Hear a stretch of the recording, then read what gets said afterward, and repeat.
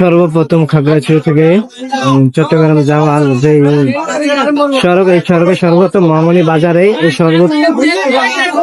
প্রথম মনে এরকম জাম বাজে। আমার মনে হয় ঢাকা থেকে চট্টগ্রাম আসার যে রাস্তা, ওই রাস্তা থেকে ভয়ঙ্কর ভাবে জাম হয়েছে। তো দেখেন রাস্তা পুরোপুরি বন্ধ করে দিয়েছে, একদম পুরো রাস্তা বন্ধ করে দিয়েছে। দেখেন গাছের কারণে থেকে শান্তি পরিবহন বা যাত্রী গাড়ি সব গাড়ি কিন্তু একসাথে বন্ধ। কিন্তু আর দোকানদার এখান দিয়ে রাগ করে কিন্তু তেল দেওয়া বন্ধ করে দিছে। তো আমি মনে করি যে দোকানদার আসলে কি করবে, একলা মানুষ, কিন্তু তেল দেওয়া শুরু করাটা মনে হয় যে বেটার হবে।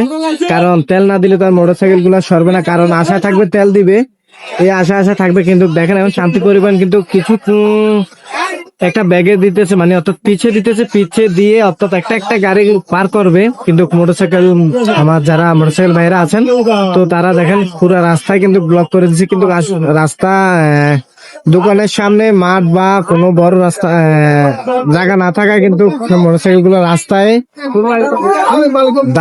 দাঁড়াইছে। এই জন্য আসলে রাস্তাটা পুরোপুরি জাম।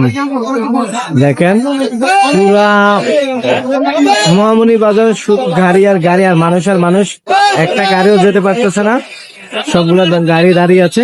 আর এখান দিয়ে দোকানদার তেলটা বন্ধ করে দিচ্ছে। লাস্টে কি হয় সবগুলো আপনাকে আপডেট জানাবো। সবগুলো ধন্যবাদ, সবাই ভালো থাকবেন।